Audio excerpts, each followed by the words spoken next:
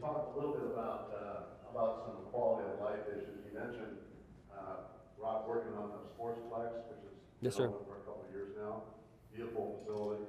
What's happening with the Carson site and possibly the Walmart, the former Walmart site, just to the west of it? I'm going to end up throwing his microphone. There it goes. Check, check.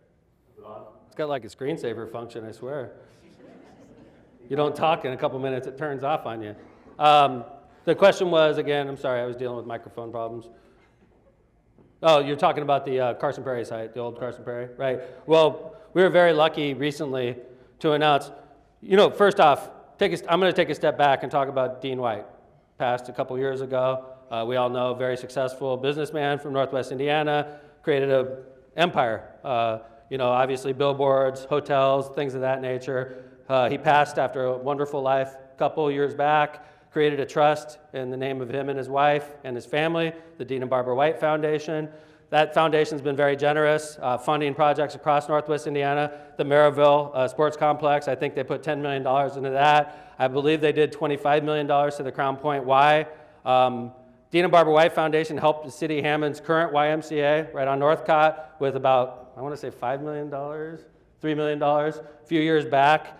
And we're about to do phase 2 when my chief of staff came along with a great recommendation. I'm giving credit where credit's due.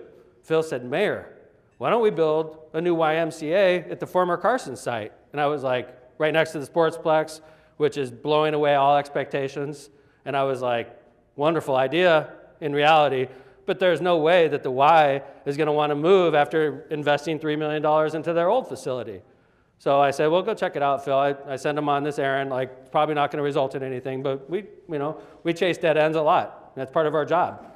Sometimes we're successful, but a lot of times we're not. And Phil chased this down and found that they were positive about it. The Dean and Barbara White Foundation, the YMCA was positive about it.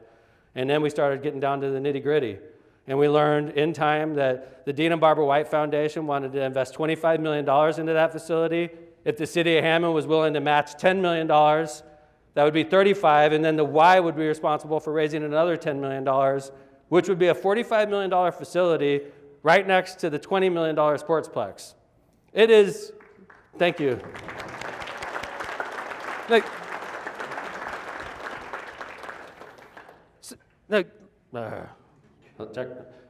Let's think about that. A gentleman that makes his money in Northwest Indiana, that passes away and gives his heirs instructions to spend his fortune in Northwest Indiana. And paying attention to the northern city, Hammond, the biggest city in Northwest Indiana, and helping us financially. That's the kind of stuff I appreciate as mayor. And I give credit where credit's due. And then when things don't work out, I also give blame where I feel blame is due, and sometimes the blame is on me.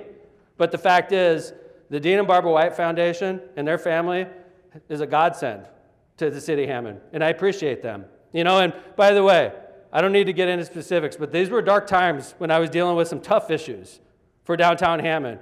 And along comes this gift from heaven, $25 million for a new $45 million facility. And to tell you, I was dealing with such depressing news and such scary news as the mayor has to deal with, but at the same time, you have this wonderful family that's donating $25 million to our city. So it's a weird job I have.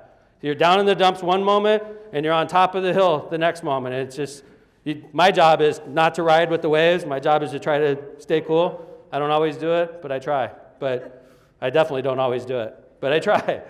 But that is a gift, and it's going to be wonderful. And it's happening. I know within the next couple of years, that'll be open. I think it's 2023 they want to be open by. Yep, 18-month construction cycle, and they're going to start in the spring of next year.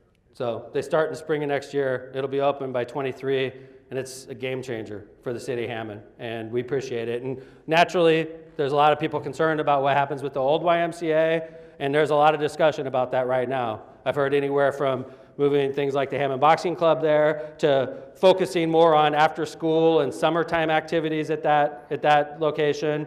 And so we're working with the Y on that as well, but we're real lucky. The Crossroads YMCA and the Dean and Barbara White Foundation really stepped up for the city of Hammond, and they deserve a bunch of credit, and I appreciate it on behalf of the 81,000 residents I represent. So